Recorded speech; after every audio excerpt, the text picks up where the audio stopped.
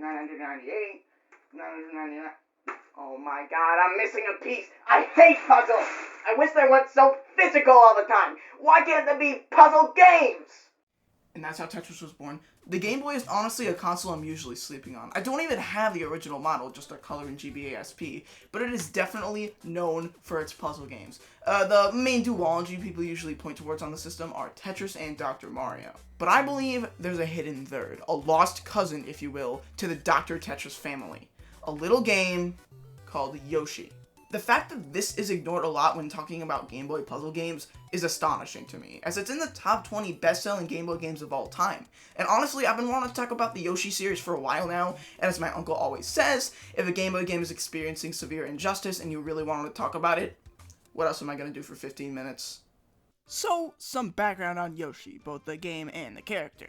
As most know, Yoshi debuted in Super Mario World at the SNES's launch in 1991, with most players either finding a liking towards him, wanting to kill him, or a mixture of both. And around this time, a small developer known as Game Freak had just developed their first game, a puzzle game on NES called Mendel Palace. They had tried to get Nintendo to publish it, but they refused because, I don't even know what's going on in this footage. If I were Nintendo, I wouldn't have published this either, but I also wouldn't have published Pokemon Rubber World, so I guess we'll just have to agree to disagree.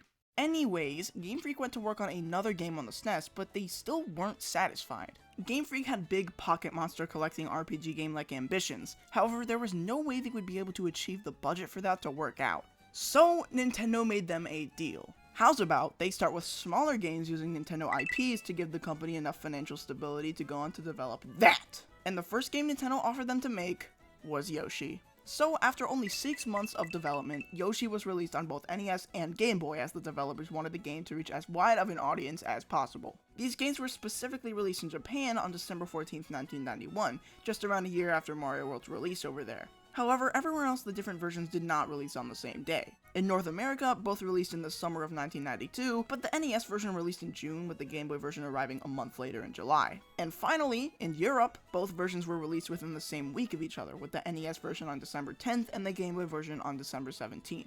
Well, now that the game is out, I should probably actually talk about it. Okay, so obviously Yoshi is a puzzle game, and despite the name, you play as Mario. I think the developers had a stroke while naming this game. Mario can be moved around at the bottom of the screen, swapping the 2 plates he has in his hands and everything on top of them. The things on top of them are Mario enemies, with Goombas, Piranha Plants, Boos, and Bloopers all falling from the top of the screen above this line, and onto the aforementioned plates. When they hit the plates, they turn into blocks and stack on top of each other. Every plate can hold up to 8 enemies in the NES version, and 7 on the Game Boy version before giving you a game over when the enemies overflow to the top of the screen.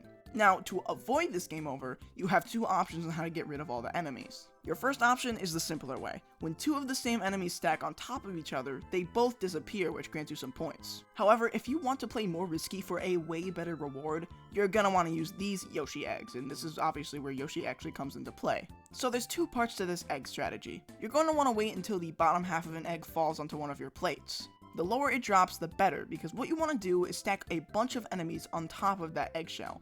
And then, when a top shell spawns, move your little tower to the column it's about to fall in, have the top shell stack onto it, and all of those enemies in between the eggshells will be crushed, removed, and a Yoshi will hatch out of the egg, rewarding you with huge points. And the more enemies you stack, which theoretically the max is 7 on NES and 6 on Game Boy, the bigger your Yoshi becomes and the more points it will give you. I love this risk and reward strategy, and it really mixes up the gameplay. Other puzzle games, for example Dr. Mario, don't have much of this strategy involved.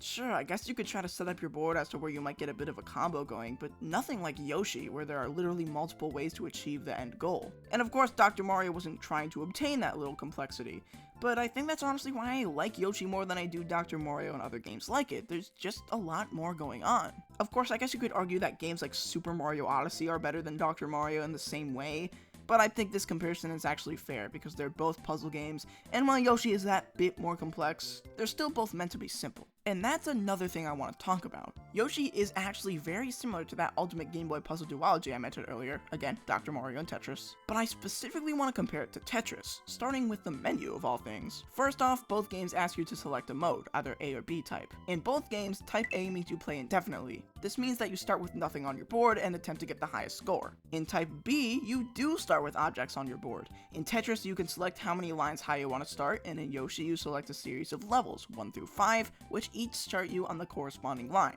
For example, while playing on level 3, you'll start with 3 rows of blocks. To win a level in Tetris, you must clear a specific number of lines, and in Yoshi, you just want to clear the entire board, which can go on for a while.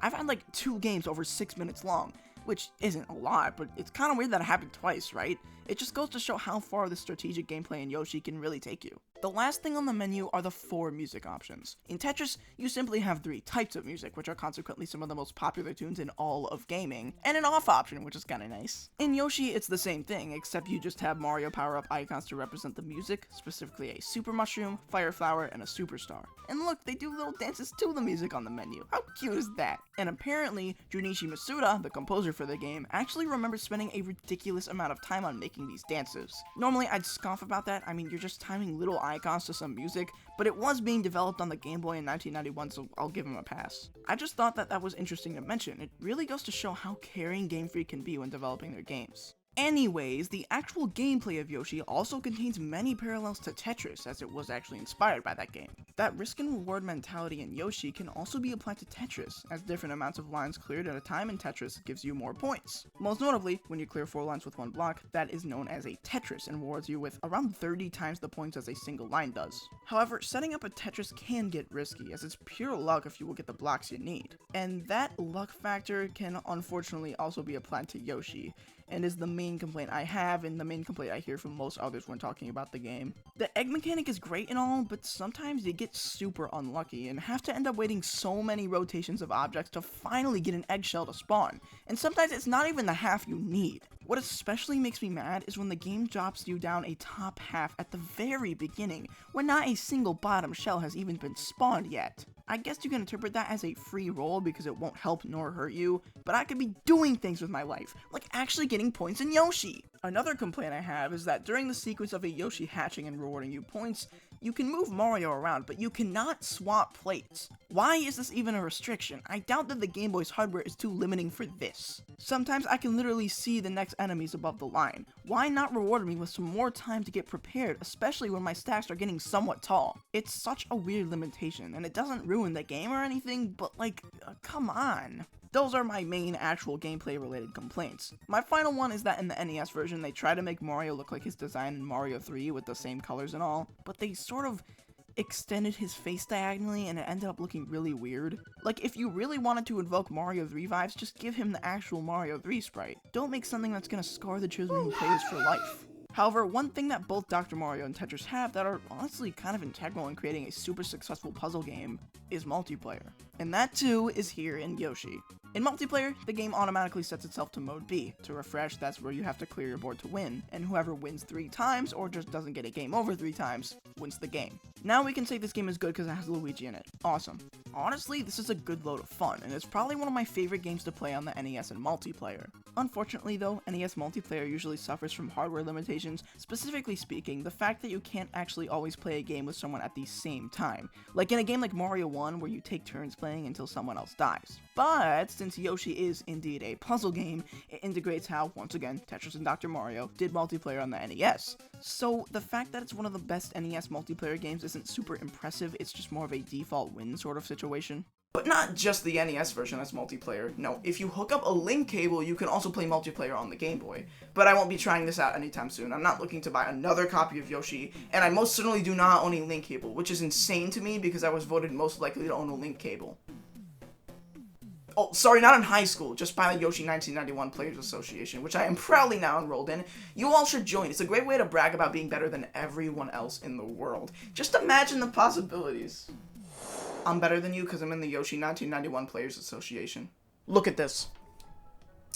Yeah, back in the day I was a big Pokemon fan, so much so that I drew every Gen 1 Pokemon and hung them on my wall. Sadly, I've sort of grown out of the series since like around Legends Arceus released, but I know some of you are probably going like, Game Freak also developed Pokemon, please talk about Pokemon, please! Fine! I don't actually care enough to talk about Pokemon because I like talking about green dinosaurs, not whatever the heck this is. But if you've actually played the first generation of Pokemon on Game Boy, you can definitely see some similarities. For example, Junichi Masuda, again, the composer, don't forget, made the Yoshi hatching sound on Game Boy sound eerily similar to a Pokemon cry. I mean, listen. That's pretty similar. Also, the Star music track really sounds like the Pokemon Center theme, so I don't really know what's going on there. But I think the most interesting thing that the development of Yoshi allowed Game Freak to learn were the basics of game design. Specifically, I mean that in a behind-the-scenes development video of Yoshi and the Game Boy Pokemon games, Satoshi Tajiri, the Yoshi director, stated that working on the game helped him learn the philosophy of wave difficulty design. Basically, that means you challenge a player with a difficult stage, and then directly follow that up by an easy one, allowing the player to savor their accomplishment. It's stuff like this that makes me so interested in the development of this game. Seeing this small development team become the creators of the most popular IP on planet Earth just makes me feel joy. And in a way, proud of how far video games have come in the past 40 years. Overall, Yoshi is a better than decent puzzle game, with interesting strategy, a unique gameplay idea, and fun multiplayer to go alongside it. To be honest with you, this is already one of my favorite Game Boy games out there, and I don't even have that many. But it's a bit different for the NES version. Yes, the NES version is just better by default because of the higher amount of enemies on the field and the graphic potential being, well, obviously better than the Game Boy's, but that also leads to the NES version's lower ranking on its console's library for me. Because the Game Boy is so limited, puzzle games have a great place on it, but on a console like the NES where you have all these games like Mario, Zelda, DuckTales, all that, of course I'd sometimes be in the mood to play Yoshi, but I'd much rather play those other NES games. And honestly, just because it's more physically accessible, I'm likely going to be playing the Game Boy version of Yoshi most of the time, especially when I yearn for single player. And that was also likely the mentality of a lot of video game consumers when Yoshi released in the early 90s. Both versions sold well, yes, but the Game Boy version was the 16th best-selling game on its console at 3.1 million sales, while the NES version just barely cracked the top 35 at 1.75 million sales. That's almost a 2 million sales difference, and I won't hold it against the NES version. Again, technically it's better, but I think I've made my point. Despite my love for Yoshi, reviewers didn't have the same opinions. Yoshi got around 4s or 5s out of 10s by most reviewers, mainly due to the luck aspect I mentioned earlier, which is a fair critique, but for a 4 or 5 out of 10, that's a bit harsh, jeez. Yoshi went on to be re-released several times, with the NES version favored in all cases. The first instance of these re-releases was in 2007 on the Wii Virtual Console, which I'd say is an okay fit for the Wii. It was then put on the 3DS, but it's a bit more complicated than just on the eShop.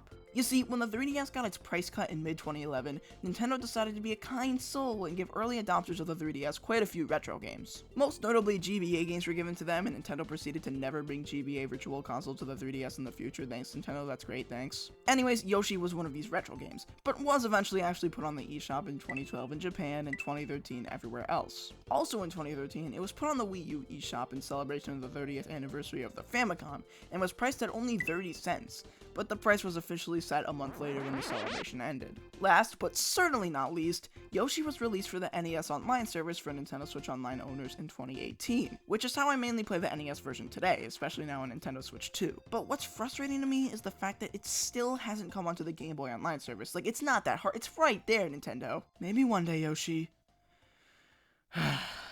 Maybe one day. There's one final thing I do want to mention though. Apparently, Yoshi was originally going to get a Super Nintendo remake, which began work in 1995, but was ultimately cancelled. The reason we know this is actually because it was discovered in the code of Pokemon Black and White of all things a few years back, simply as a tech demo during its development. The cancellation is a bit unfortunate. I would love to see a 16-bit remake of this game get realized, but hey, what are you gonna do? Well, that's the story, in my opinion, on Yoshi on NES and Game Boy. This was eventually followed up a few years later by another Yoshi game, but that's a discussion for another time. As for now, I'm very happy to have these in my collection, especially the Game Boy version, and to anyone who also hates themselves and is growing their collection, I would recommend these. Anyways, that's it from me. Hello, this is an emergency broadcast from Nintendo of America. The original Yoshi game from 1991 is coming onto the Game Boy Nintendo Classic service. However, this is only available to people who already own 2 copies of the original Yoshi for Game Boy and a link cable. Thank you for listening.